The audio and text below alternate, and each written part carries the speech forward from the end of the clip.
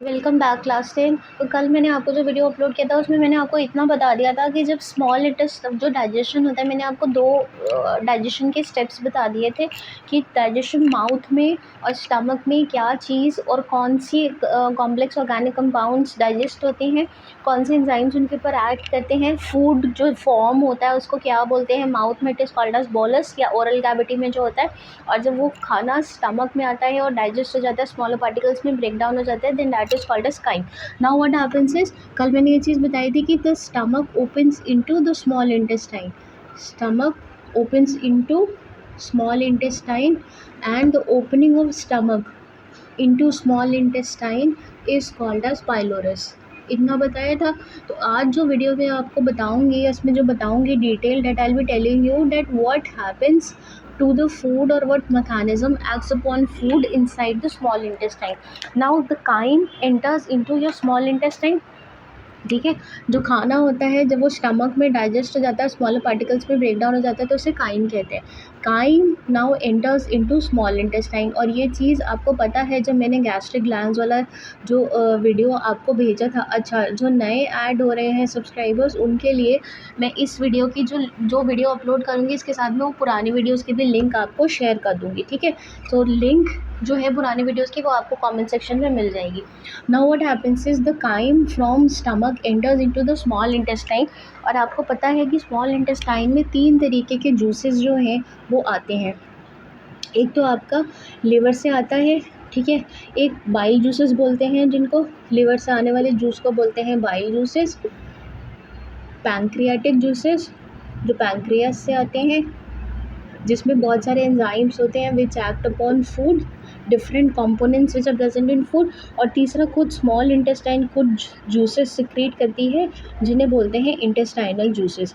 इनमें भी एंजाइम्स होते हैं जो बेसिकली स्टार्च के ऊपर काम करते हैं। इंटेस्टाइनल जूसेस के जो एंजाइम्स हैं वो बेसिकली स्टार्च डाइजेशन के लिए इम्पॉर्टेंट है। स्टार्च जो है वो कॉम्प्लेक्स फॉर्म है कार्बोहाइड्रेट का। ये आपको पता होना चाहिए कि स्टार्च जो होता है it is complex form of carbohydrate, और जो शुगर्स होते हैं fructose, maltose, lactose complex form है। और जितने भी शुगर्स होते हैं, ग्लूकोज हो गया, फ्रक्टोज हो गया, माल्टोज हो गया, लैक्टोज हो गया, ये सब सिंपलर फॉर्म्स होते हैं कार्बोहाइड्रेट के।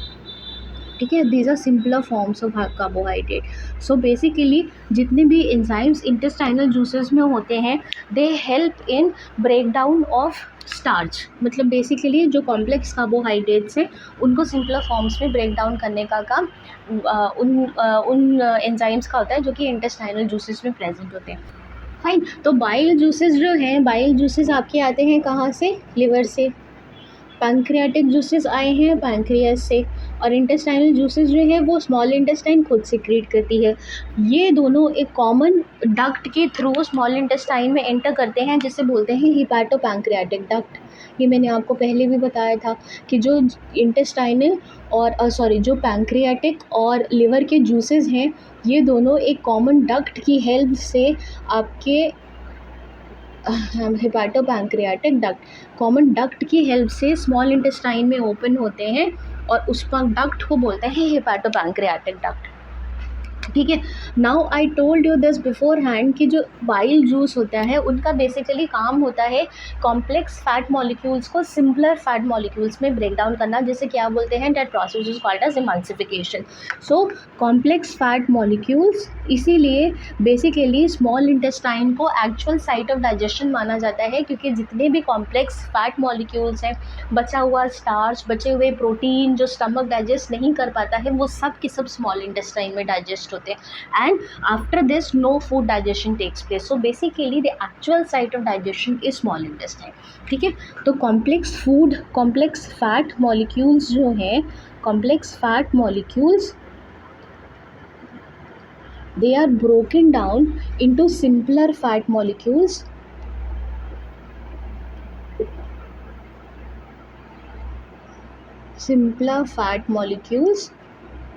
by the action of what? By the action of bile juice, and this all is happening inside your small intestine. ये सब कुछ आपके स्मॉल इंटेस्टाइन के अंदर हो रहा है, बाइल जूस। तो बेसिकली बाइल जूस का काम इतना ही है डाइजेशन में कि जो बड़े बड़े फैट मॉलिक्यूल्स स्मॉल इंटेस्टाइन में एंटर किए हैं उनको सिंपलर फॉर्म्स में ब्रेक डाउन कर देना। क्यों सिंपलर फॉर्म्स में ब्रेक डाउन हो? ताकि लाइपेस एंजाइम जो कि आपका पैंक्रियास से आता है, पैंक्रियाटिक जूसेस में एंजाइम होता है जिसे लाइपेस बोलते हैं, जो कि फिर इन सिंपलर फैट मॉलिक्यूल्स को फैटी एसिड्स और ग्लिसरॉल में ब्रेक करता है, which are the simplest form of fat molecules.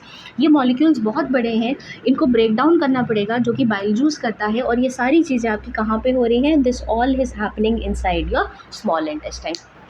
ठीक है, नाउ व्हाट हैपेंस इज, अब नेक्स्ट है, पहली चीज़ तो ये हो गई, ठीक। दूसरा, पैंक्रियाटिक जूसेस से 3 एंजाइम्स निकलते हैं, ठीक है। पैंक्रियाटिक जूसेस से पेप्सिन आपका जो एंजाइम था वो भी प्रोटीन्स के ऊपर काम करता है। ऐसे पैंक्रियाज भी एक एंजाइम सीक्रेट करते हैं जिसे बोलते हैं trypsin,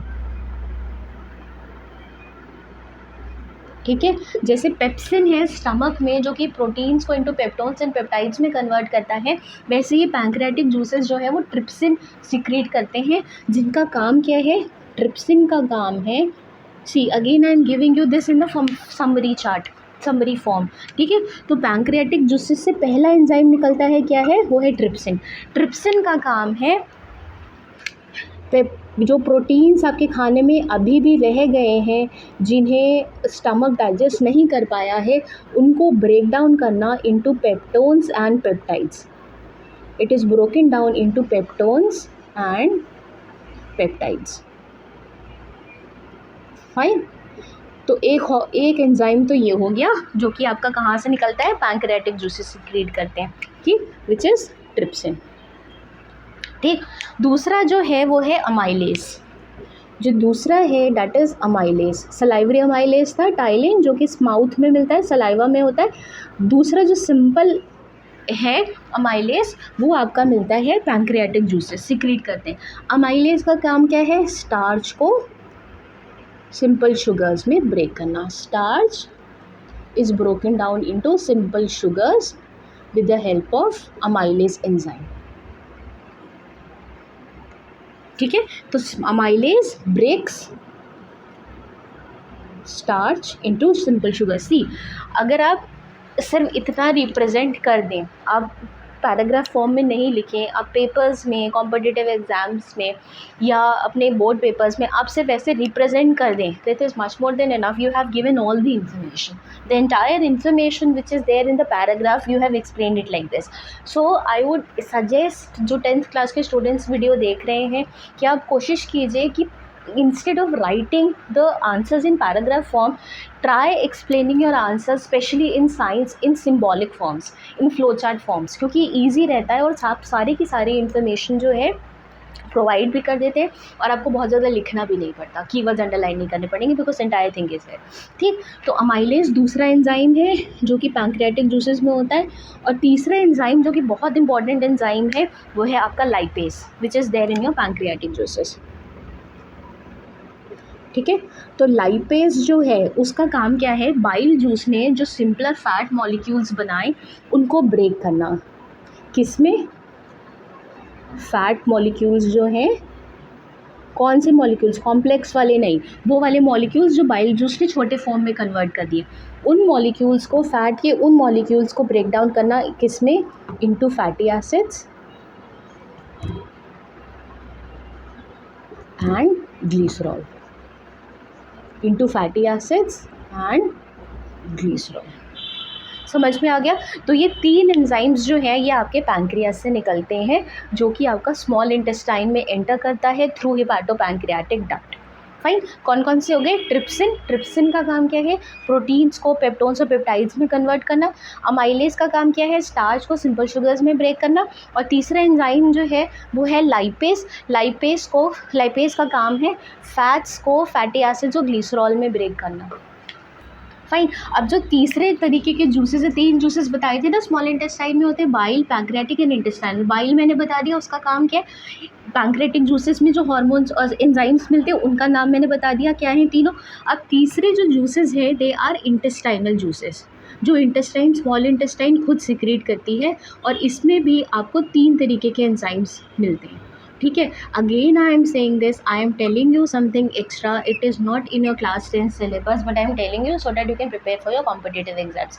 so please do subscribe my channel and like it, और उसको थोड़ा सा रिफ़र करिए ताकि आपके जो फ्रेंड्स हैं उनको भी थोड़ी हेल्प मिल सके. ठीक है, अब इंटेस्टाइनल जूसेस से 3 एंजाइम्स निकलते हैं, माल्टेज,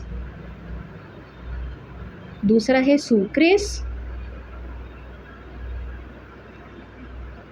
और तीसरा है लैक्टेस. और ये तीनों एंजाइम्स जो हैं स्टार्च को ब्रेक डाउन करते हैं रिस्पेक्टिव सिंपलर फॉर्म्स में. ये तीनों के तीनों एंजाइम्स, जिसका मतलब स्मॉल इंटेस्टाइन का बेसिकली काम क्या है, क्योंकि ये दोनों बाहर से आ रहे हैं जूसेस, ये दोनों बाहर से जूसेस स्मॉल इंटेस्टाइन में डाले गए हैं और उसके बाद कॉम्प्लेक्स मॉलिक्यूल्स का डाइजेशन हो रहा है. लेकिन अगर हम खाली इंटेस्टाइन की बात करें तो इंटेस्टाइन सिर्फ और सिर्फ कॉन्सेंट्रेटेड किस पे है, डाइजेशन ऑफ स्टार्च. ठीक है, तो माल्टेज जो है ये माल्टोस को, स्टार्च को माल्टोस में कन्वर्ट करता है. जो आपका स्टार्च होता है उसको माल्टोस में कन्वर्ट करता है. माल्टेस एंजाइम जो नाम है वही सिंपलर फॉर्म है, स्टार्च इनटू माल्टोस. ठीक है, सुक्रेस का काम क्या है, स्टार्च को सुक्रोज में कन्वर्ट करना. Sucrose is cane sugar.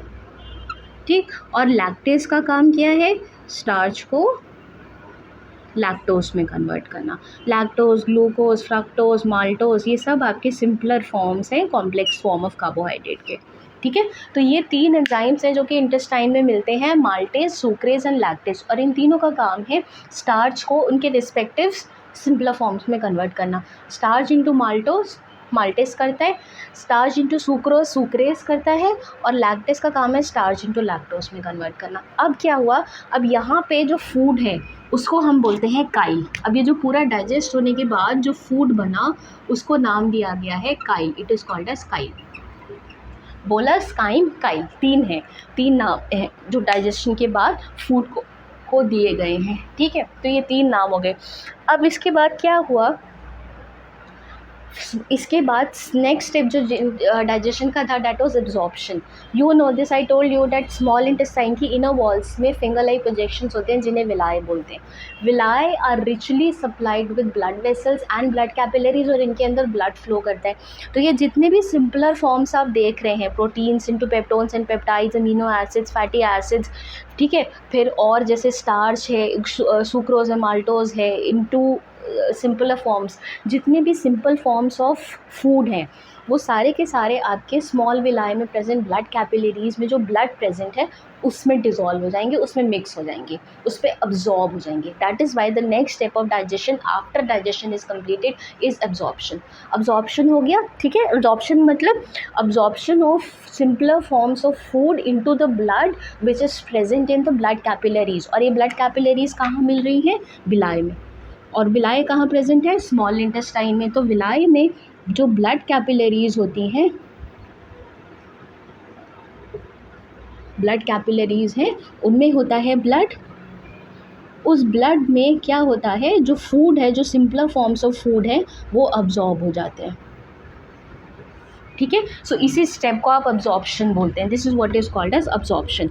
Now after absorption is completed, this food is transported by blood. जो ब्लड है इस फूड को डिफरेंट सेल्स या टिश्यूज़ तक लेके जाता है ताकि जो टिश्यूज़ हैं वो रिपेयर हो सके, ग्रोथ हो सके, उनकी जो वॉर्न आउट सेल्स हैं वो अपने आप को रिपेयर कर सकें. तो जब एब्जॉर्प्शन हो जाता है तो उसके बाद जो नेक्स्ट स्टेप आता है उसे बोलते हैं असिमिलेशन. असिमिलेशन का मतलब है distribution of food molecules via blood to cells and tissues, so that your body can grow, it can repair worn out cells and it can regenerate tissues. ठीक, assimilation हो गया, ये सब स्मॉल इंटेस्टाइन में ही हो रहा है. अब इसके बाद जो भी खाना अनडाइजेस्टेड है, जो पार्टिकल्स अनडाइजेस्टेड रह गए होंगे वो लार्ज इंटेस्टाइन में एंटर कर जाते हैं. लार्ज इंटेस्टाइन में आपका सिर्फ और सिर्फ वाटर और कुछ आयंस रीअब्जॉर्ब होते हैं. ठीक है, जो लार्ज इंटेस्टाइन है उसमें अनडाइजेस्टेड फूड एंटर करेगा, अनडाइजेस्टेड फूड एंटर करेगा और वहाँ पे क्या रीअब्जॉर्ब होगा आपका, वाटर एंड आयंस। वाटर और आयंस लार्ज इंटेस्टाइन रीअब्जॉर्ब करेगा।